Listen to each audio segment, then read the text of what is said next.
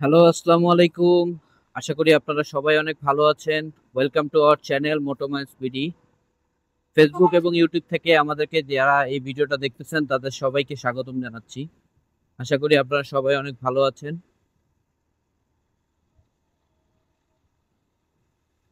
Evening রাইডে আপনাদের সবাইকে স্বাগতম।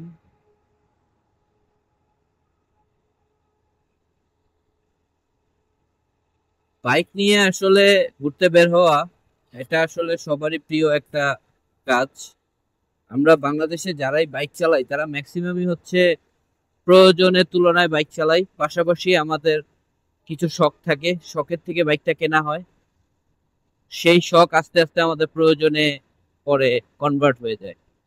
আর যারা হচ্ছে বাইক নিয়ে একসময় আমরা চলাফেরা করি, তারা যখন বাইক ছাড়া থাকি তখন আসলে সেটা আমাদের মেনটেন করা বা আমাদেরকে বাইক ছাড়া চলাটা আমাদের সবার জন্য টাফ হয়ে যায়।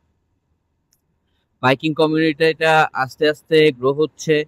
আমরা অনেক ধরনের বাইক পাচ্ছি, অনেক নতুন নতুন কোম্পানি লঞ্চ হচ্ছে। যেহেতু আমাদের এখানে আগে সিসি লিমিট ছিল, সেই সিসি লিমিটটা কিছুটা শীতল করার কারণে আমাদের বাংলাদেশে কিন্তু এখন অনেক নতুন নতুন বাইক আসছে, যে বাইকগুলো আসলে আমাদের মার্কেট প্লেসটাকে অনেক বড় করে দিচ্ছে। পাশাপাশি আমাদেরকে অনেক অপশনও দিচ্ছে যে আমরা কোন অপশনটাতে যাব। সো এখন যে জিনিসটা আসলে আমি বলতে চাচ্ছিলাম যে এখন কিন্তু বর্তমানে আমরা বাইক, অনেক বাইক আসছে। প্রিভিয়াস যে বাইক কোম্পানিগুলো তারাও নতুন নতুন বাইক আনতেছে। সেই জিনিসটা কিন্তু আসলে সবার পজিটিভলি নেওয়া উচিত। তা আমরা ম্যাক্সিমাম সবাই হচ্ছে এই জিনিসটাকে পজিটিভলি নিচ্ছি, কিন্তু কিছু কিছু লোক আছে যারা এই জিনিসটা নেগেটিভ নিচ্ছে, নেগেটিভ মার্কেটিং করতেছে, যে জিনিসটা আসলে উচিত না। নেগেটিভ মার্কেটিং আমরা আসলে কেউই সাপোর্ট করি না। লাইক আমি, এটা আমার প্রথম বাইক না, আমার এর আগে অনেক বাইক ছিল। আমি প্রথম যখন বাইক কিনি 2014-তে, তখন একটা সেকেন্ড হ্যান্ড বাইক কিনছিলাম টিভিএস এর একটা বাইক কিনছিলাম, যেটা আমি প্রায় 5-6 মাস ব্যবহার করছি। এরপরে বাইক সেল করে দিছি। বাইক সেল করে দেওয়ার পরে আবার বাইক ছাড়া ছিলাম প্রায় 3 থেকে 4 বছর।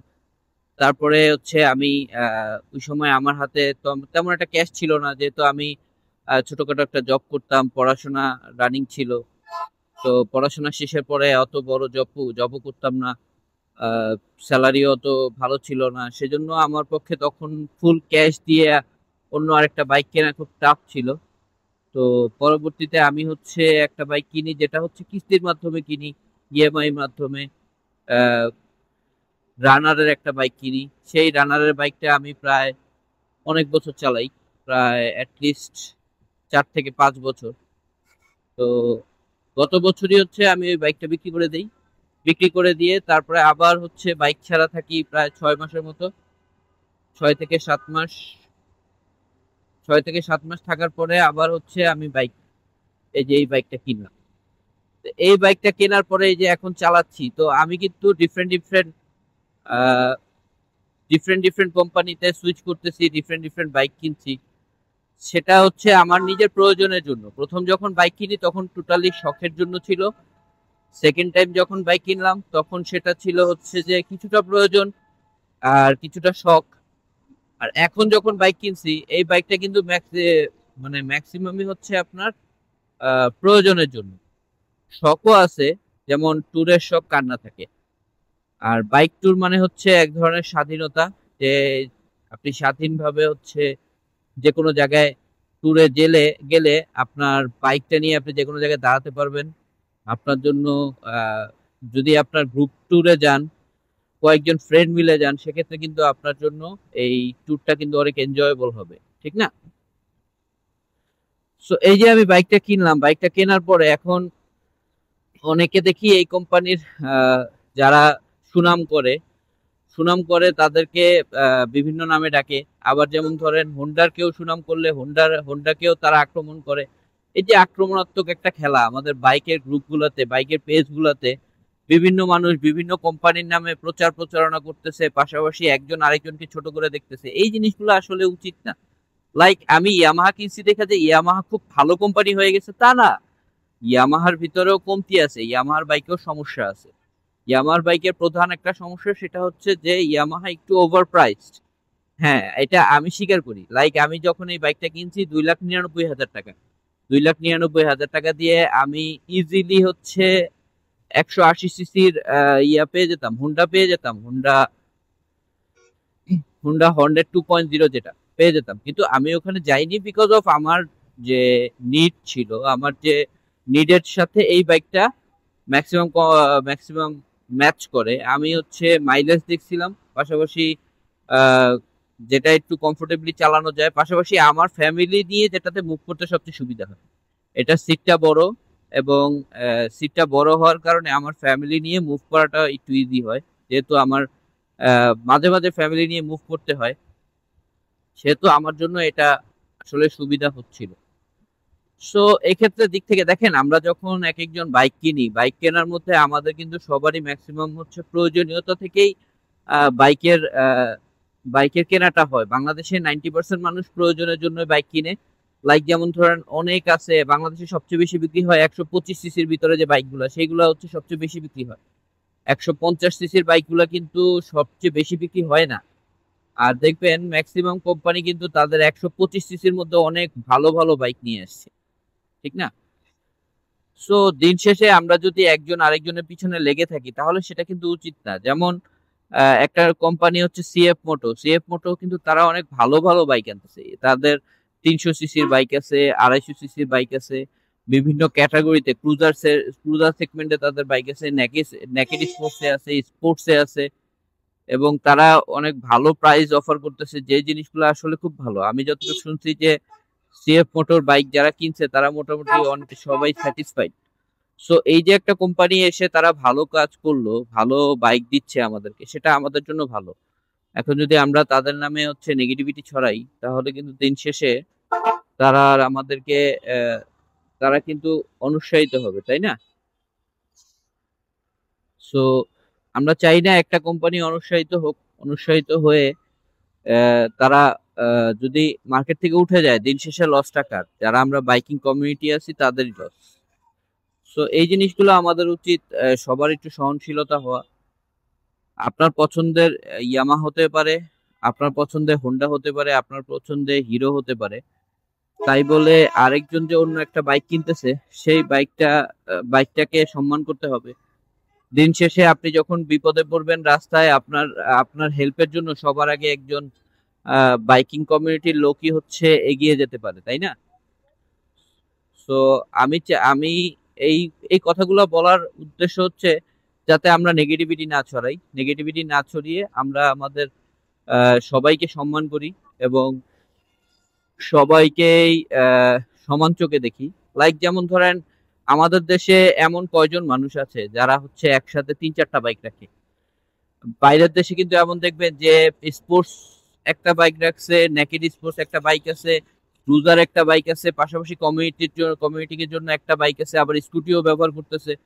এরকম কিন্তু বাংলাদেশে খুব বেশি পার্সন নাই। হ্যাঁ, শখের জন্য হয়তো আছে, কিন্তু সেটা হাতে গোনা কয়েকজন, ঠিক না?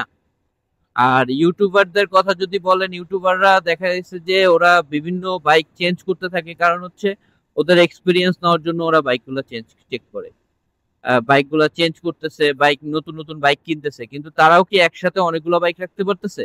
না, হাইস্ট দুইটা, দুইটা থেকে তিনটা। কারণ আমাদের দেশে বাইক মেনটেন করা অনেক কস্টলি। যেমন ধরেন, আপনি একটা বাইকের পিছনে আপনার হিউজ কস্ট থাকে, প্রতি মাসে তেলের খরচ থাকে, ইঞ্জিন অয়েলের কস্টিং থাকে একটা, তারপর ছোটখাটো টুকটাক পার্টস এর খরচ থাকে। পাশাপাশি আপনার দেখা গেছে আপনি সার্ভিসিং করলেন, সার্ভিসিং এরও কিন্তু একটা কস্ট আছে। প্রথম 1 মাসে না লাগে, দ্বিতীয় মাসে আপনার সার্ভিসিং করতে যাচ্ছেন, সার্ভিসিং এ একটা কস্ট আছে। আর আমরা যদি স্ট্রং না হই তাহলে কিন্তু আমাদেরকে খারাপ বাইকগুলো এনে দিয়ে দিবে। এটাই হচ্ছে সত্য কথা।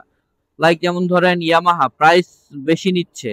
এখন তাদের প্রাইস কমাইতে হলে কি করতে হবে? প্রাইস কমাইতে হলে তাদেরকে গঠনমূলক সমালোচনা করতে হবে। এখন আমরা কি করতেছি? গঠনমূলক সমালোচনা না করে তাকে নেগেটিভ রিভিউ করতে যায়, তার আরো আমি গুনগান গেয়ে ফেলতেছি, যে গুনগানগুলো তার জন্য হেল্প করতেছে। সে আরো মার্কেটিং পেয়ে যাচ্ছে, তার আরো ভালো সেল হচ্ছে। তো যেমন 250 সিসির যে ইয়ামাহা যে বাইকটা আনছে সেই বাইকটা নিয়ে আমি আসলে খুব খুশি না, কারণ আমার কাছে মনে হয়েছে যে বাইকটা আসলে ওভার প্রাইস হয়ে গেছে। কারণ এই প্রাইসে আমি সিএফ মোটর ভালো একটা বাইক পেয়ে যাচ্ছি, তাহলে আমার কাছে অবশ্যই সিএফ মোটর আগে এগিয়ে থাকবে। যদি আমি ইয়ামাহার খুব বড় ফ্যান না হই, আমি হচ্ছে আমার প্রয়োজনের জন্য বাইক কিনতেছি, প্রয়োজনের জন্য বাইক চালাতেছি। আমার যদি টাকা হয় আমি অবশ্যই ইয়ামাহার 250 সিসির দিকে যাব না, আমি যাব হচ্ছে আপনার সিএফ মোটর দিকে। সিএফ মোটর যে 250 সিসি আছে বা 300 সিসি আছে আমি সেদিকে যাব, কারণ আমি ওখানে ভ্যালু ফর মানি বাইক পাচ্ছি। পাশাপাশি যদি এর মধ্যে ইয়ামাহা ভালোটা একটা লঞ্চ করে তাহলে আমি ইয়ামাহার দিকে যাব। এর মধ্যে যদি হিরো ভালো একটা লঞ্চ করে হিরোর দিকে যাব। যদি আমার স্পোর্টস বাইক কেনার বা 150 সিসির উপরে বাইক কেনার মতো সামর্থ্য হয় তখন আমি এটা কিনবো। এই জিনিসগুলোই আসলে আমাদের সবার বোঝা উচিত।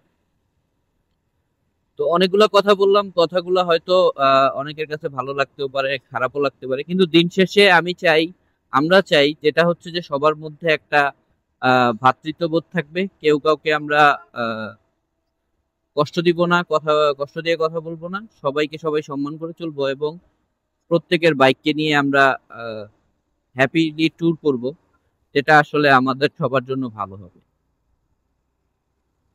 তো এটাই ছিল আপডেট। আপডেট একটা এই কথাটা আসলে ফেসবুকে স্ক্রলিং করতে করতে উম, মানে এইসব জিনিস সবসময় সামনে চলে আসে, তো সেজন্য যেহেতু আমি ভিডিও করতেছি, আমি কিছু বলার চেষ্টা করতেছি সবার সাথে, সেজন্য আমি ভাবলাম যে এই যে বিষয়টা আপনাদের সাথে শেয়ার করি। এটা দিয়ে যদি একজন মানুষও উপকৃত হয়, একজন মানুষেরও যদি মাইন্ড চেঞ্জ হয় এবং একজন মানুষও যদি সচেতন হয়, তাহলে এই ভিডিওটা কিন্তু সার্থক হয়ে যাবে, ঠিক না? অনেকগুলো কথা বললাম, যদি কারো মনে হয় যে আমি কোনো কিছু ভুল বলছি সেক্ষেত্রে ক্ষমা সুন্দর দৃষ্টিতে দেখবেন। এবং এখন আছি ঢাকা কুমিল্লা হাইওয়েতে, এখান থেকে বিদায় নিচ্ছি। সবাই ভালো থাকবেন, আশা করি আবার কোনো একটা ভিডিওতে দেখা হবে। খোদা হাফেজ, আসসালামু আলাইকুম।